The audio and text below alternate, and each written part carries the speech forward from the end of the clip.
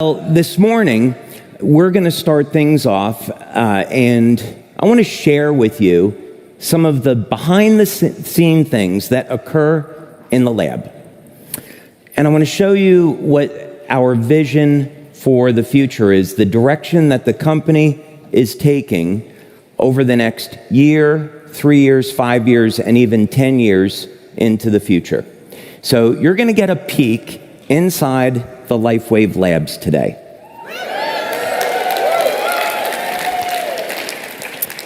So let's go ahead to frame this properly.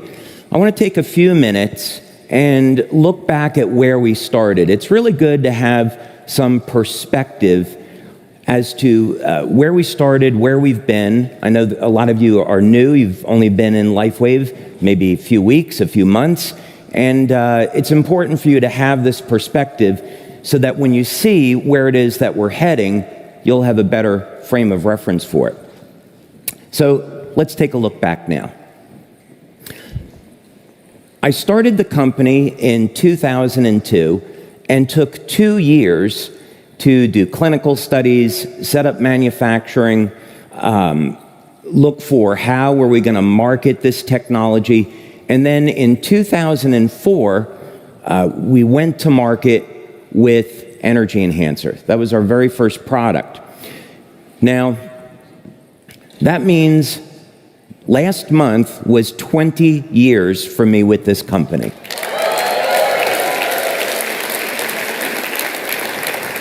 So, sometimes when we're getting new leaders that are coming in, there's like, well, how do I know, you're not going to sell the business and, you're going to be a long-term opportunity? This is my life. This is who I am. And I want to be doing this 20, 30, 40, 50 years from now. But we got to reverse aging to do that, right? So that's the whole point. But we had a phenomenal start to the business with Energy Enhancer, and then we began to introduce some new products, and this was all about improving lifestyle. So let's give people a natural way to improve their energy, relieve their pain, and have them get a better night's sleep. That was all the initial few years with the company. Then, as I began to work with the technology and develop new things, I found out one of the really cool things that you could do is cause the body, signal it with light, to cause the synthesis of peptides. Now, this is incredibly important because it means it opens up potentially thousands of different applications for the patch technology. But we started with things that were very simple peptides. Glutathione is a tripeptide, carnosine is a dipeptide, Eon elevates a peptide in the liver that produces a relaxation response in the nervous system. So now we had moved into the generation of our company where it was all about anti-aging. So we know that lifespan is correlated to your glutathione levels for very good reasons. Carnosine, this is maybe one of the most underrated nutrients out there. We showed in our clinical studies that carnosine would improve cognitive function, improve strength and stamina, it supports the health of the heart, and in separate studies, carnosine has been shown to protect the telomeres. So in studies that are done with mammals, with mice and rats, you get a 30 to 40% increase in lifespan. And in those rodent studies, the animals never age until the very end of their life. So we have a very practical example going back to research in the early 2000s of how supplementing with a simple nutrient can have an enormous impact on quality of life and also extend life. So that was how we got into anti-aging. Of course, there was a 10-year period where we were doing a tremendous amount of research. We generated 80 patents now in the field of stem cells and regeneration. These patents are all over the world. and we introduced in 2018 X39. So we entered the stem cell industry. So this is very important, right? Because being able to have technology that will support faster healing is a very, very important part of age reversal, meaning we don't want to end up in a situation 20 years from now where somebody gets into an accident and they have severe injuries and they can't recover, right? So it's not going to do any good to have technology that keeps us young for a very long period of time if we don't have technology that helps us heal faster, right? So this is a very, very important part of that overall picture. And the other thing about X39, probably the most important part, for the sake of marketing, we're focusing on stem cell activity. But actually, the power of copper peptide is that it resets about 1/3 of the human genome to a younger, healthier state. There was research that was done at Harvard, and we have a video actually that we're going to play on this later, where they took thousands of peptides and they screened them for anti-aging effects, and GHK-Cu was right at the top in terms of one of the most powerful molecules for being able to have a healthy effect on gene expression. So actually, when we were getting into the stem cell industry, this was our first step into age reversal. So this is why you see some of these testimonials that people use the product for a few months and they look much, much younger. It's because physically their gene expression, their epigenetics are changing, being flipped to a more youthful state. This is making the stem cells more active, and this is what can mobilize these stem cells and increase the number of stem cells in the body, supporting healing. So that's what it looked like back then. Where do we go from here? And what type of technology are we developing in our lab to make age reversal a reality? Now, an important part of this, so we have a frame of reference, is that age reversal is something that is definitely mainstream today.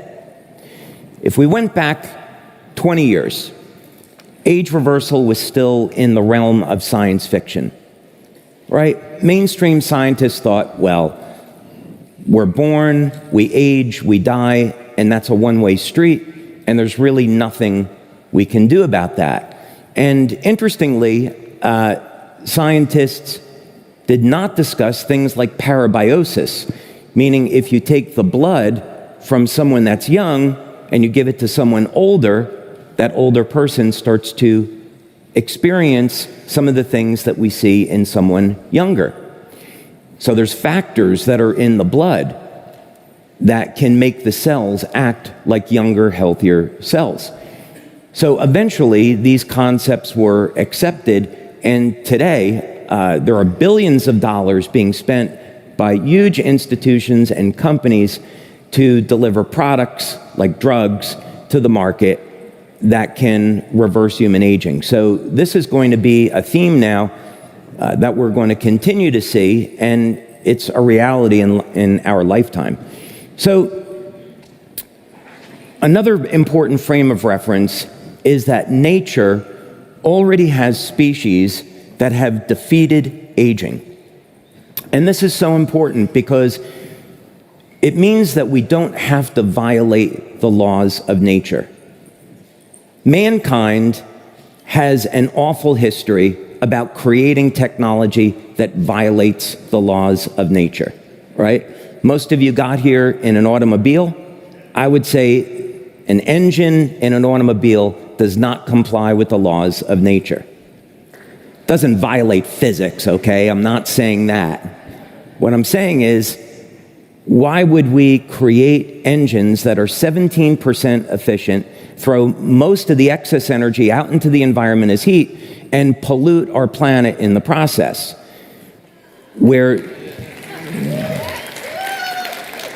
I'll have more on that later.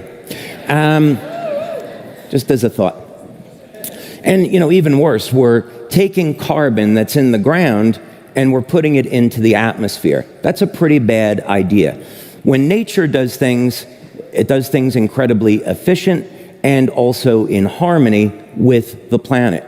And this is what we want to do. We want to have in our generation technology that is in harmony with the planet. So in looking at this, the type of things that we'll study are lobsters, ants, planaria, hydractinia.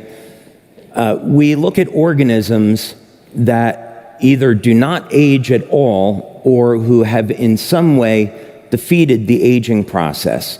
So one of the species that I've studied is temnothorax ant.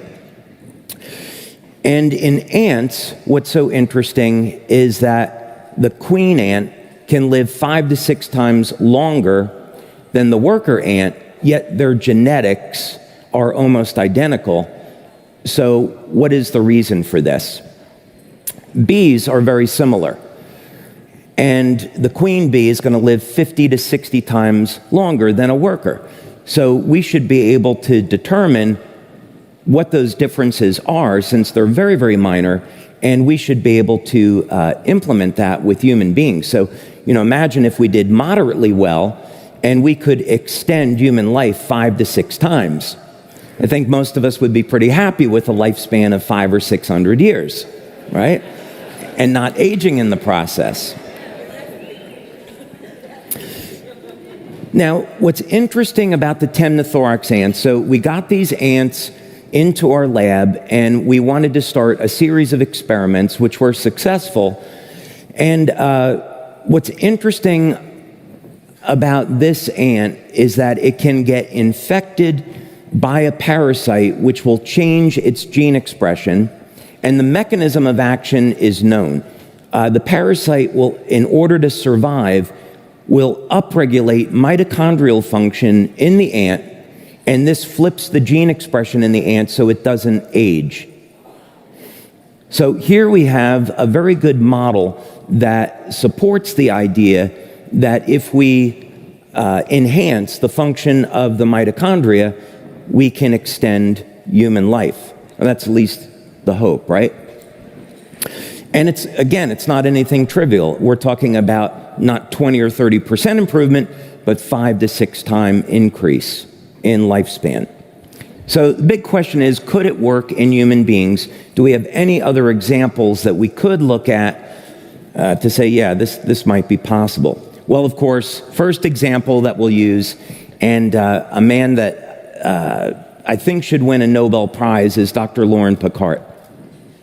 Dr. Picard has put in 50 years to doing clinical studies into GHK-Cu. So the great body of knowledge that we have today as to how this peptide works and the effects on the human body are because of the work that Dr. Picard did. And it's a shame that he's gone unrecognized, but it's very fortunate for us that we have a product that benefits from this, and we really have the only effective product in the world for elevating copper peptide.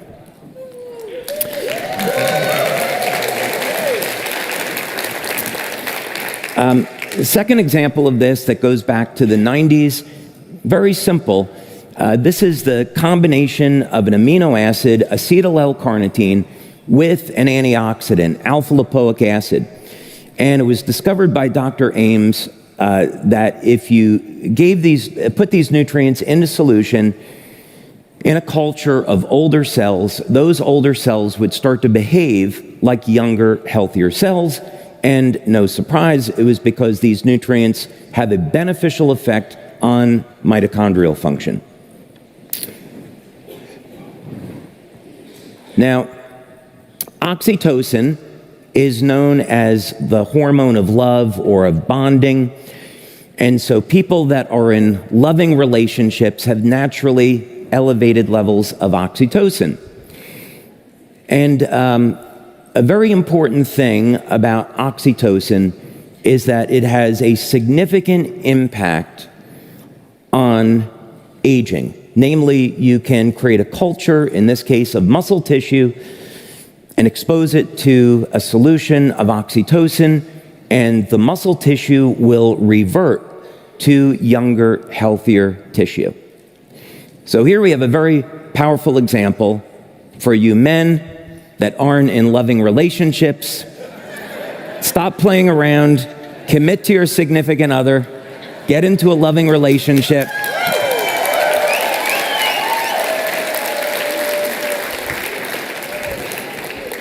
As an alternative, somebody could invent a product that elevates oxytocin. It yet remains to be seen if that will happen. Hint. We, of course, have David Sinclair and his main focus, and the focus at Harvard and Stanford is on elevating NAD. Of course, NAD is a powerful energy-carrying molecule in the mitochondria. And again, it's been shown that when you use this molecule, it can improve mitochondrial function and have a beneficial effect on gene expression. There's a few points where I would disagree with some of the outcomes of what they think will happen with this, but nevertheless, I'm not downplaying the importance of NAD. And then I mentioned parabiosis. And there's any number of different peptides in the blood that can have an effect in terms of regenerating the cells. GDF11 is one of them. There's growth hormone, testosterone, there's many others. But what was interesting is that when companies started to go to market to harvest the blood from people that were young and healthy so that people that were older that had the money could buy that young blood and benefit from it, the FDA came in and said, no, we don't want you doing that. It's odd to me, given that blood donations happen all the time. So why would the FDA not want people to be young and healthy? I'll let you draw your own conclusions. Okay, so these examples show us that aging is not inevitable. There are things that we can do to alter the way that we age and hopefully reach our goal of staying young and healthy as long as we want, and if we're older, reverse the aging process and recapture our youth. So have we seen any evidence of this in anything that we've done? As a matter of fact, we have.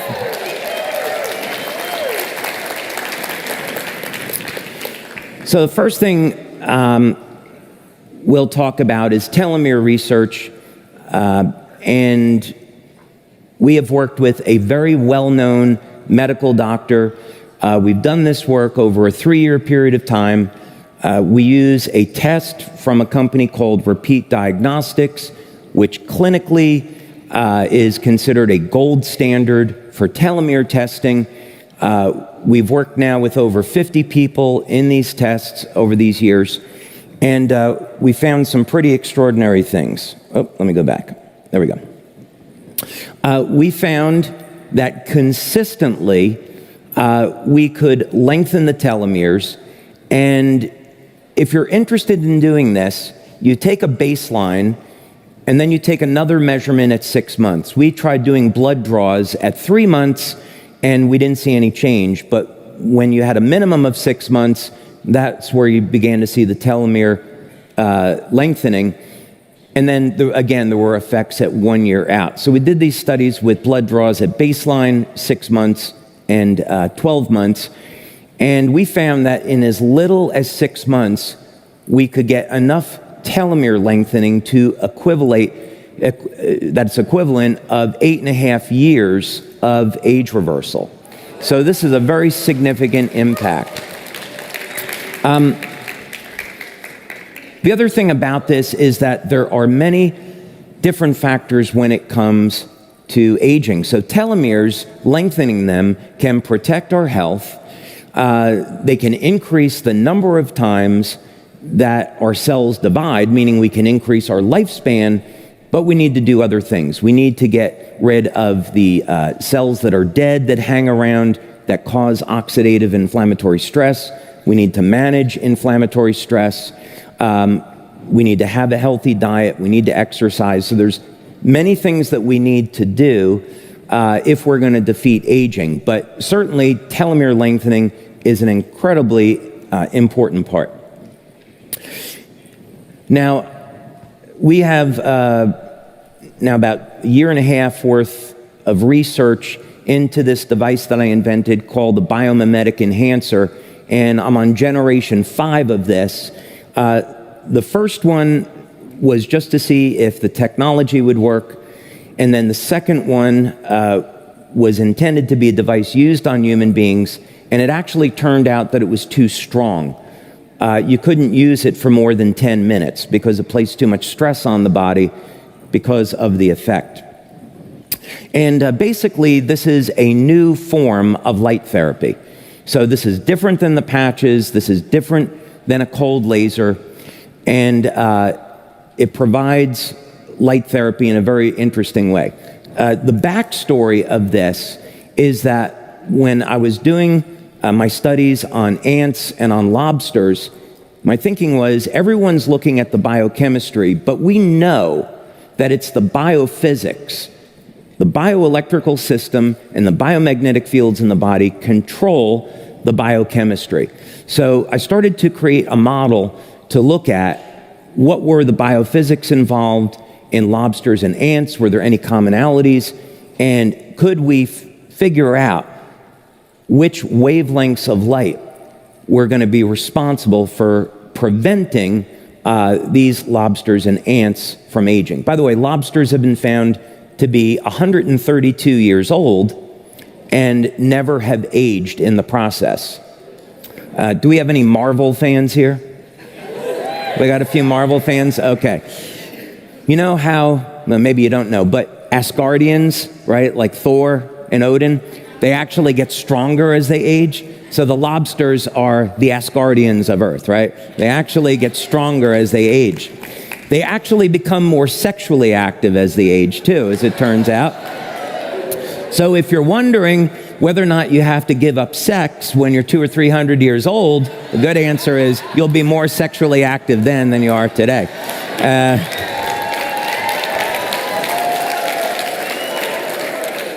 It probably explains why Noah was having kids at 550 years old, right?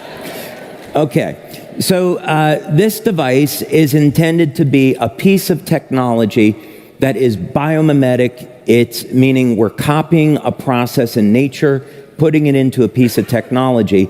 And we did a number of pilot studies with this on the first generation, the second generation, the third generation, and now we're up to number 5.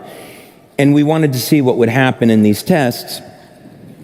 And there were a number of things that occurred that are very, very difficult to explain. For example, the pH of the blood in the test subjects went from about 7.6 to 9.8 in only 10 minutes. But yet it did that without any change in the dissolved solids, meaning potassium is going to be the most powerful regulator of pH. That was discovered at Oxford. So when you're eating vegetables that are high in potassium, the alkalinity is actually coming from potassium, right? And so somehow this technology was able to increase the pH without changing the amount of electrolytes in the body. And we don't know how that's possible yet. So for example, I see a medical use of this, and I can say this because we're not selling the tech. I see a medical use for this is that we know that cancer cells reproduce anaerobically, and as a result, they produce lactic acid through their metabolism. And so I want to look at a medical application for this where you take somebody that has lung cancer, cancer in the thyroid, you hold this device over the tumor and allow it to dissolve the tumor with light. So that's where I think something like this could go. The other thing that it showed, which was really weird, it was creating some kind of energy field around the body that shows there's an immediate decrease in fat and increase in muscle. So we don't know why the equipment would show that. And when we measure aging, we want to look at the total, one of the measures that we want to look at is the size of the cell. So in other words, the electrical potential of the cell is optimum when we're young and healthy. And then about age 25, the fibroblasts begin to decrease production of collagen, and collagen is what holds the cells together. It's called the cytoskeleton, and the most abundant protein in the body, of course, is collagen. So what that means is that after the age of 25, we're aging, the collagen production is going down, the cell is shrinking. That inhibits the ability of the cells to hold water, and the electrical charge around the cell decreases. And as the cells divide, this reduces the amount of energy transfer that occurs in a back EMF over to the new cells being created. What this simply means is that if we can expand the cells and get them back into a more youthful state, that is a very important part of age reversal. And we found that this device would equate to about a 3-year reversal in age in about 10 minutes. So why aren't we using it now? The reason is because having an alkalinity in your blood of 9.8 all the time is not a good thing, and is going to overstress the cell. So we know the tech works. Now it's a matter of refining it, and I think we're getting there very, very nicely. Okay. I have a few different pieces of equipment that we use. 2 pieces of equipment that I use quite regularly are a biopulsar and a Menla scan. And a biopulsar is like an EEG for the organs in the body. So in real time, we can see the bioelectrical activity in different regions in the brain, in the heart, the liver, the kidneys. And then it can take all of that data and distill it down into a graph, which I'll show you, a visual image. So this would be a baseline reading that's normal. 30 seconds after applying the biomimetic enhancer, we see an increase in the energy field, and then 90 seconds after application, we see a further increase in the energy field around the body. So, in other words, the changes that we saw through the blood and urine analysis matched up to the bioelectrical readings. Very powerful effect very quickly. Now, we want to create a Lifewave lifestyle. So when you wake up in the morning, you're drinking water, and you should be drinking water now because it's a great way to help manage weight, clear toxins out, and give your body the water that it needs to produce energy. But wouldn't it be great if we could drink water that reversed the aging process? So how are we going to do this? You might recognize this as ice. And so I want to do some experiments. That is just a mark on there, so I know it's normal ice. But we did some experiments, and in our lab, we created a machine that restructures water in an entirely new way. So this is not alkaline water. It's not clustered water. This is something entirely different. I mentioned that I contacted a friend of mine who's a scientist that specializes in analyzing water. He's a physicist, and he's analyzed 200 different types of water. And I sent him what I'm about to show you, and I said, well, what do you think about this? And he said, I have never seen anything like this before. I'm really excited to get involved with this project. So, what we want to do with this, the whole goal was to put energy into water so that when you drink it, it releases that energy into the body and triggers a regenerative effect. So, on the left is regular ice, on the right is the bottom of the beaker, and you'll notice all of these crystal formations, and in the center is an implosion. So normally with ice, it expands as it freezes. And this water doesn't behave that way. It actually implodes. And some really unusual things happen. That was one of the first samples that I made, and you can clearly see an energy vortex that's frozen in the center. So what's going on here is that as the water freezes, the energy is released, and it implodes and forms this vortex pattern. By changing the settings on the equipment, interestingly enough, we can get different effects. And this is good because, as we know, each organ in the body, different cells have their own resonant frequency. So this means we can create custom water that goes to your heart, water that goes to your brain, water that goes over to your liver, and so on and so forth. I don't think they're making those yet, so we might have a market for that, right?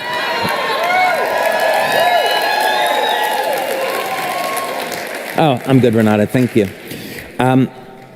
Okay, here's another view of this so you can get a different view from it. And so this has been highly repeatable. It wasn't an accident. Sometimes when we change the settings, we still get an implosion, but we get these other beautiful crystal formations that happen.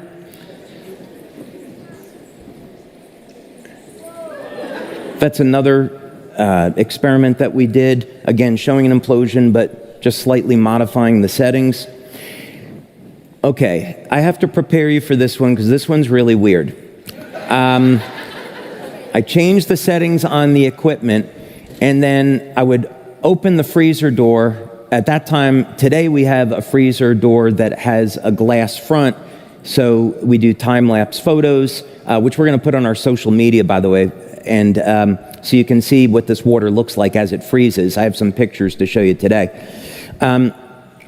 But in the original start of this, I would open up the freezer door and look inside, and on this particular day, as the water was freezing, what I saw was this snake-like formation rising out of the water. So when you have one of these machines, you can do these tests yourself, if you so dare. There's just another view of it. But you can see there's clearly some energy in this water because water doesn't usually take the shape of triangles and snakes.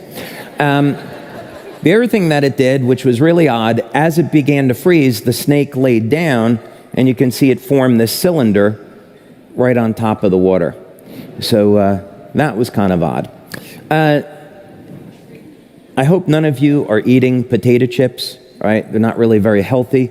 Well, apparently we found we could make water potato chips with this. So we found the water could rise out of solution and form these weird potato chip structures. And there's another view of it. So there's clearly energy in the water and it's being released. Sometimes it forms fish scales if you change the settings. And again, these beautiful triangular patterns. So the water again will implode, but it freezes into different shapes depending on what you're doing with it. So this is going to be something that will happen in the future. And another thing that we found with it is that when you drink this water, the energy goes right to the head in one of them. And I'm going to show you now what I did with colloidal gold. And so we began to do some experiments other than just water. So I said, let's do some metal colloid experiments since metals can conduct electricity in the body. And of course, this is what colloidal gold looks like. And as it starts to freeze, notice what happens. So I'm planning to take these beakers and hang them from my Christmas tree and have some beautiful ornaments. That was my first thought. But then as it kept going, the ball began to shrink. Then after 3 hours and 45 minutes, it's imploding.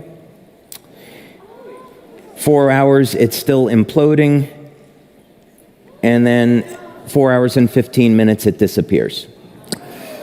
So there's some very unusual phenomena that occurred. And by the way, since then, since unfreezing the water and cutting into it, the colloid actually, when it gets small enough, it comes out of solution. So you find gold right at the center of that bubble. This is just another example of what the colloidal gold looks like when it goes through freezing. Okay, another thing that we're going to do with this company is develop technology to build the business, but the products we release are intended to benefit the planet. And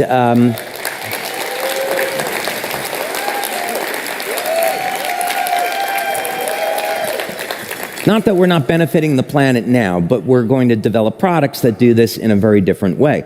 So the type of things, of course, that we're concerned about is, as we all know, prices of gasoline are increasing. We won't have access to fossil fuels in the near future because they all want us driving electric cars that are going to be recharged by nuclear power plants. So we're going from global warming to putting more nuclear waste in the ground, and I personally am opposed to that and have a better solution.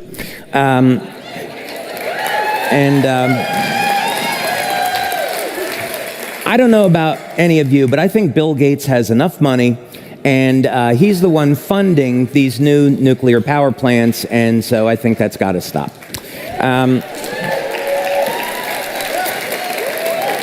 And we want to do this in such a way that we can have a business model, clean up the planet, do something that's environmentally friendly, do something that is consistent with how nature would do it. So you're going to see that tomorrow. Okay?